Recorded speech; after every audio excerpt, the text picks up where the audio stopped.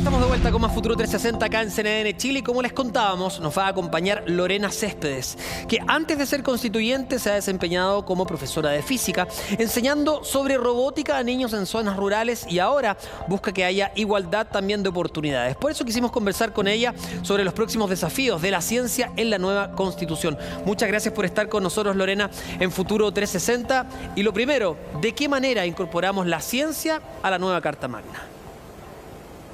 Bueno, muchas gracias por la invitación. Contenta de estar aquí, de poder hablar de ciencia, de educación y cómo esta debe estar en la Constitución.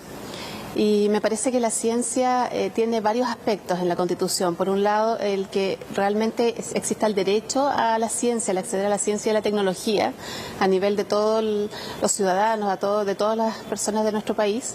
Por otro lado, también tiene que ver con el desarrollo de la ciencia. La ciencia y la tecnología son los motores de un país y eso lo hemos visto a lo largo de distintos países del mundo que se han desarrollado en base a justamente la ciencia y la tecnología.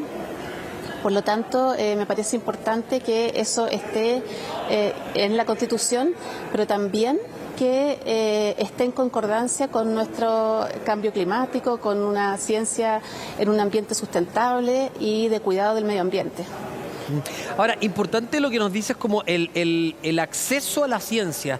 Para garantizarlo también hay otras cosas que tenemos que garantizar antes. Probablemente vaya muy entramado con la tecnología y con la conectividad, ¿no? Que hoy día vemos incluso los niños, tú que eres profesora, que no tienen esa conectividad, han aumentado su brecha de desigualdad respecto a los que sí la tienen con la educación a distancia. Exactamente, entonces, y nos damos cuenta que muchas veces no pasa solamente porque no se pueda, no sé, pagar por un servicio, sino que a veces las mismas empresas, por ejemplo, no proveen estos servicios en ciertas localidades. Entonces ahí hay una limitante, una limitación al acceso a esa tecnología y que complica, en este minuto vemos que complica la vida de muchos padres, de muchos niños y niñas y adolescentes que no han podido participar de su aprendizaje vía online, que es lo que ha demandado la pandemia. Incluso el conocimiento científico debe estar cercano a los niños y a las niñas, porque no puede ser que incluso ahora en el contexto de pandemia todavía hayan informaciones o mucha de esta información pasa por la prensa y a veces no hay un acceso más académico o más desde las escuelas que privilegien la ciencia aplicada. Ahora, respecto a eso, probablemente en la Constitución, para pegarnos a lo que se puede también y lo que no se puede hacer, podría garantizar la cobertura, ¿no? O que las empresas que ofrecen estos servicios garanticen la cobertura. De ahí en más, si es que hay niños o hay personas que no tengan este acceso a la ciencia, a la tecnología, a la conectividad, sí podría ser menester del Estado garantizárselos. ¿Cómo lo ves tú? Claro, yo creo que, bueno, hay hartos detalles que quizás en sus puntos más detallados no van a estar en la Constitución, sino que van a estar en las leyes. Posteriormente en las leyes. Claro. Pero como idea base está el hecho de ese derecho a encontrarse con esta ciencia, con esta tecnología, a ser parte de los cambios que trae nuestro siglo XXI, que se basa mucho en ello, en la ciencia y tecnología. Entonces, incluso el acceso al conocimiento, ¿ya? O sea, ese conocimiento tiene que estar disponible y no digo solamente en una página web o en un Google, sino que desde la comprensión y desde, en este caso, la educación para los niños, niñas y jóvenes. ¿Sientes que también tengamos que tener una modificación de las mallas curriculares o de los contenidos que se le enseñan a los niños de acá al futuro? Es tan exponencial el crecimiento que probablemente lo necesitemos, ¿no? Sí, es probable. Además que ya están existiendo cambios. Hay cambios en las mallas orientados justamente a articular áreas de habilidades científicas, por ejemplo, que son muy importantes para la formación de cualquier persona. Articular esas habilidades, el uso de las habilidades en tecnología y todo eso está siendo transversal a los currículum, pero ahora tiene que cada vez pasar más a la práctica, a los hechos y no quedarse todavía solamente en el papel. Entonces, a pesar de que habemos muchos que estamos trabajando en estas áreas, pero falta un impulso un poco mayor. Sí, ¿cómo impulsamos además el tema de la equidad de género en la ciencia, Lorena? Bueno, eso también es muy importante. Cuando hablamos de equidad de género, yo misma como mujer en el área de las ciencias llamadas duras o de la robótica, he visto que a veces se produce esa diferencia, incluso de personas que dicen estas ciencias no son para las mujeres, lo he escuchado. Y creo que ese cambio cultural, ese cambio de una visión de persona, de país y de sociedad, tenemos que hacerlo desde ya, desde todos los ámbitos, desde las escuelas, desde la casa, desde las familias, desde incluso el Estado, no sé, uno mira una propaganda en la televisión y a veces también tiene ese sesgo orientado a las ciencias, y eso tenemos que empezar a cambiarlo en todo ámbito.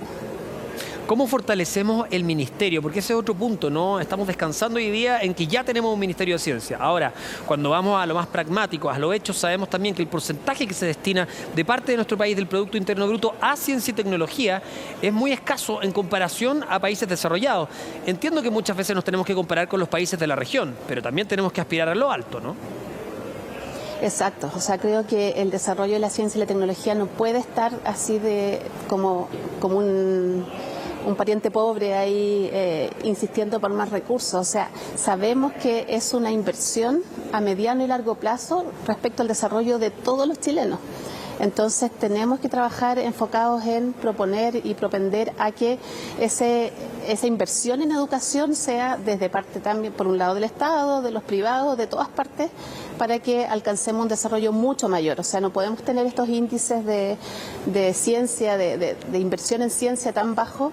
Tenemos que optar a un nivel mucho más alto, y además también tiene que ver con las políticas que se producen, por ejemplo, en las universidades, de que los científicos a veces que publican más son los que se llevan la mayor cantidad de recursos, o ciertos grupos. Tenemos que empezar a diversificar en relación a las necesidades directas del país y no solamente de las revistas a nivel mundial o de cualquier otro sistema que a veces regula hacia dónde va la ciencia.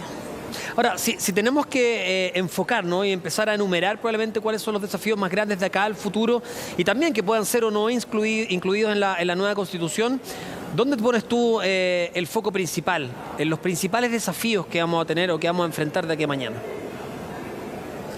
Bueno, por un lado, el desarrollo, o sea, el acceso a esta ciencia y a esta tecnología, ya ese derecho de las personas de entrar en contacto con esa área fuertemente. Por otro lado, el potenciar el desarrollo de la ciencia y la tecnología como un motor del desarrollo del país y verlo desde ese enfoque. O sea, tenemos todo el problema de extracción de los recursos naturales y que nos deja en ese círculo vicioso de producir hasta un cierto nivel, pero tenemos que subir en el nivel de desarrollo para que se basa en esta ciencia y esta tecnología, para que podamos crecer como país y por lo tanto podamos también asegurar o levantar todos los recursos que se requieren para todas las políticas sociales que necesitamos. Y respecto a la autoridad actual, ¿qué cosas modificarías para llegar a lo que nos acabas de nombrar? ¿Hay que modificar algunos estatutos del Ministerio en la manera de financiación, por ejemplo? ¿Abrirse más a este tridente que es la academia, el mundo privado y el Estado? ¿Cómo lo ves tú?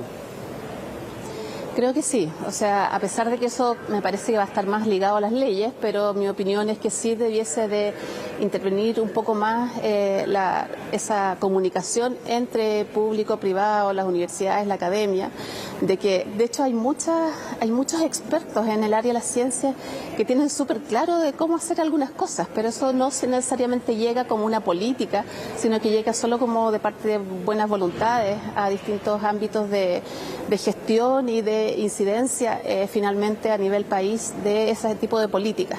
Entonces tenemos que hacer un trabajo en equipo mucho más coordinado entre todas estas áreas para que este desarrollo sea mucho más potente que el que tenemos ahora. Y el ministerio, claro, es un primer paso, es un ministerio súper nuevo, pero tenemos que propender a que se trabaje en forma más comunitaria, que se consulte con los académicos, se consulte con los niños, niñas y adolescentes, que se busque un trabajo mucho más fuerte en la ciencia y la tecnología. Y bueno, la educación es uno de los pilares en este proceso también. ¿Y cómo le damos también las herramientas a los mismos profesores? Tú eres profesora, Lorena, para poder enseñar de una manera distinta. Muchas veces rigidizamos los contenidos, ¿no? En ese sentido, tú fuiste finalista del Global Teacher Prize, le enseñas robótica a los niños. Uno dice, bueno, la manera quizás de enseñar que vamos a tener de aquí a los próximos años, sobre todo si logramos la conectividad globalizada, va a ser muy distinta a lo que nosotros, por ejemplo, recibimos como educación en nuestros colegios. Claro, porque uno se da cuenta que con la velocidad con que avanza la ciencia, la tecnología, en este momento hace que sea mucho más fundamental el desarrollo de las habilidades en los niños y niñas. Y los jóvenes, esas habilidades científicas, esas habilidades de poder desarrollar, crear propuestas de innovación, y eso es transversal a un contenido específico. De hecho, incluye distintas áreas. Y es un desafío para los profesores ir formándonos de a poco en estas áreas, ir mejorando y actualizándonos, que la pandemia nos trajo un empujón gigante, pero tenemos que hacer mucho más para que podamos ir desarrollando estas habilidades del siglo XXI, ese pensamiento crítico, incluso ámbitos como de ética frente a la ciencia, que son cosas que no se discuten necesariamente en las escuelas y que son esenciales para nuestro desarrollo. O sea, no podemos desvincular la ciencia y la tecnología del ser humano, del medio ambiente y de todas estas cosas que se vinculan entre sí. Es muy interesante lo que planteas porque lo hemos dicho varias veces en el programa, ¿no? Dilemas que vamos a enfrentar en el futuro, la edición genética, el cuidado del medio ambiente, cómo generamos ciencia sostenible y otras cosas más. Bueno, y el gran desafío por delante, que es resolver esto que aparece en pantalla. ¿Cómo vamos a poder garantizar, o si se puede garantizar en la futura Constitución, el derecho a la ciencia? Lorena, gracias por haber conversado con nosotros, por haber sido parte de este capítulo de Futuro 360 Cáncer N. Ok, muchas gracias por la invitación. Que estés bien.